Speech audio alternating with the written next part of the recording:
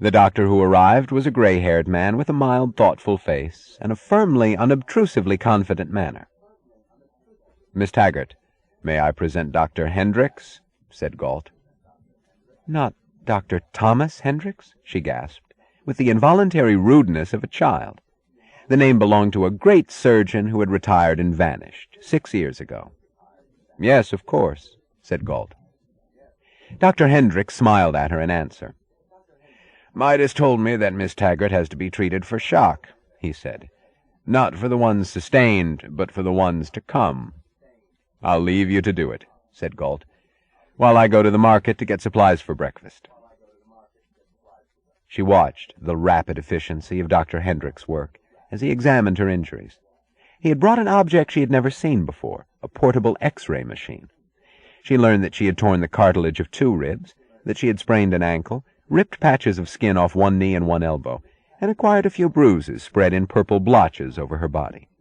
By the time Dr. Hendricks' swift, competent hands had wound the bandages and the tight lacings of tape, she felt as if her body were an engine checked by an expert mechanic, and no further care was necessary. "I would advise you to remain in bed, Miss Taggart." "Oh, no.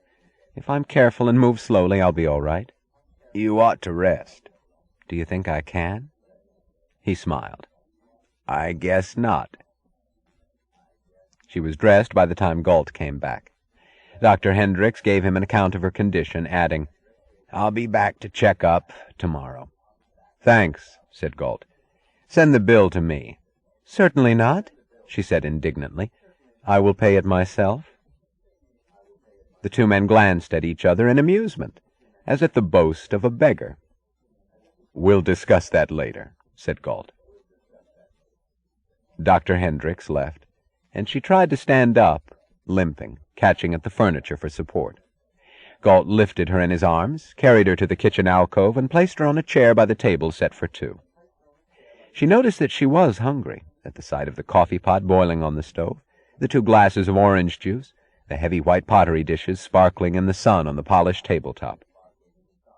"When did you sleep or eat last?" he asked. "I don't know. I had dinner on the train with—" She shook her head in helplessly bitter amusement. With the tramp, she thought, with a desperate voice pleading for escape from an avenger who would not pursue or be found, the avenger who sat facing her across the table drinking a glass of orange juice.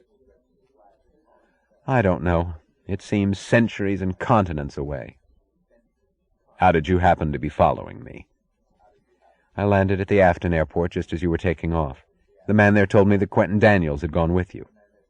I remember your plane circling to land. But that was the one and only time when I didn't think of you. I thought you were coming by train," she asked, looking straight at him.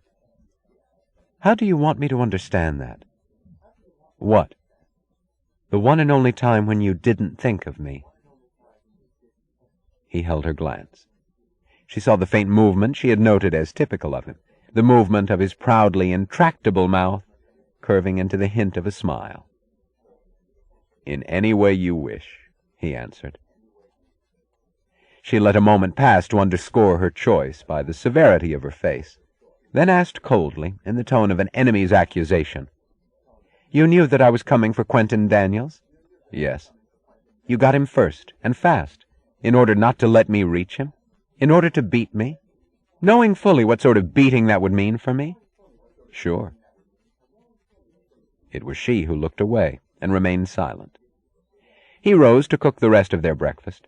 She watched him as he stood at the stove, toasting bread, frying eggs and bacon. There was an easy, relaxed skill about the way he worked, but it was a skill that belonged to another profession. His hands moved with the rapid precision of an engineer pulling the levers of a control board. She remembered suddenly where she had seen as expert and preposterous a performance. "Is that what you learned from Dr. Axton?" she asked, pointing at the stove. "That, among other things." "Did he teach you to spend your time? Your time?" She could not keep the shudder of indignation out of her voice. "On this sort of work?"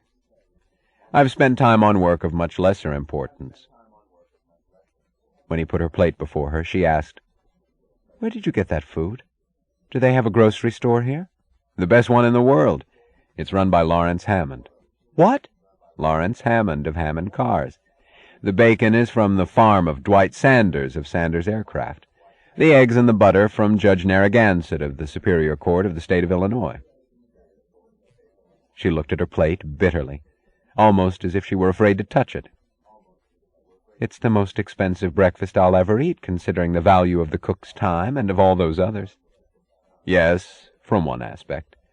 But from another, it's the cheapest breakfast you'll ever eat, because no part of it has gone to feed the looters who'll make you pay for it through year after year, and leave you to starve in the end. After a long silence, she asked simply, almost wistfully, "What is it that you're all doing here?" "Living." She had never heard that word sound so real. "What is your job?" she asked. "Midas Mulligan said that you work here." "I'm the handyman, I guess." "The what?" "I'm on call whenever anything goes wrong with any of the installations. With the power system, for instance." She looked at him, and suddenly she tore forward, staring at the electric stove, but fell back on her chair, stopped by pain. He chuckled. "Yes, that's true. But take it easy, or Dr. Hendricks will order you back to bed." "The power system?" she said, choking. "The power system here? It's run by means of your motor?" "Yes." "It's built, it's working, it's functioning?" "It has cooked your breakfast." "I want to see it." "Don't bother crippling yourself to look at that stove. It's just a plain electric stove like any other. Only about 100 times cheaper to run. And that's all you'll have a chance to see, Miss Taggart." "You promised to show me this valley." "I'll show it to you. But not the power generator." "Will you take me to see the place now, as soon as we finish?" "If you wish. And if you're able to move." "I am." He got up, went to the telephone, and dialed a number. "Hello, Midas?" "Yes." "He did?" "Yes, she's all right." "Will you rent me your car for the day?" "Thanks. At the usual rate, 25 cents. "Can you send it over?" "Do you happen to have some sort of cane? She'll need it."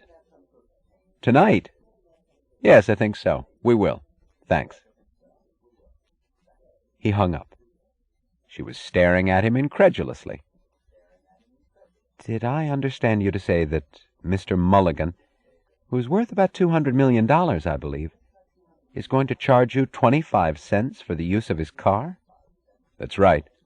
"Good heavens! Couldn't he give it to you as a courtesy?" He sat looking at her for a moment, studying her face, as if deliberately letting her see the amusement in his. "Miss Taggart," he said, "we have no laws in this valley, no rules, no formal organization of any kind. We come here because we want to rest. But we have certain customs which we all observe because they pertain to the things we need to rest from. So I'll warn you now that there is one word which is forbidden in this valley. The word give." "I'm sorry," she said. "You're right." He refilled her cup of coffee and extended a package of cigarettes. She smiled as she took a cigarette. It bore the sign of the dollar.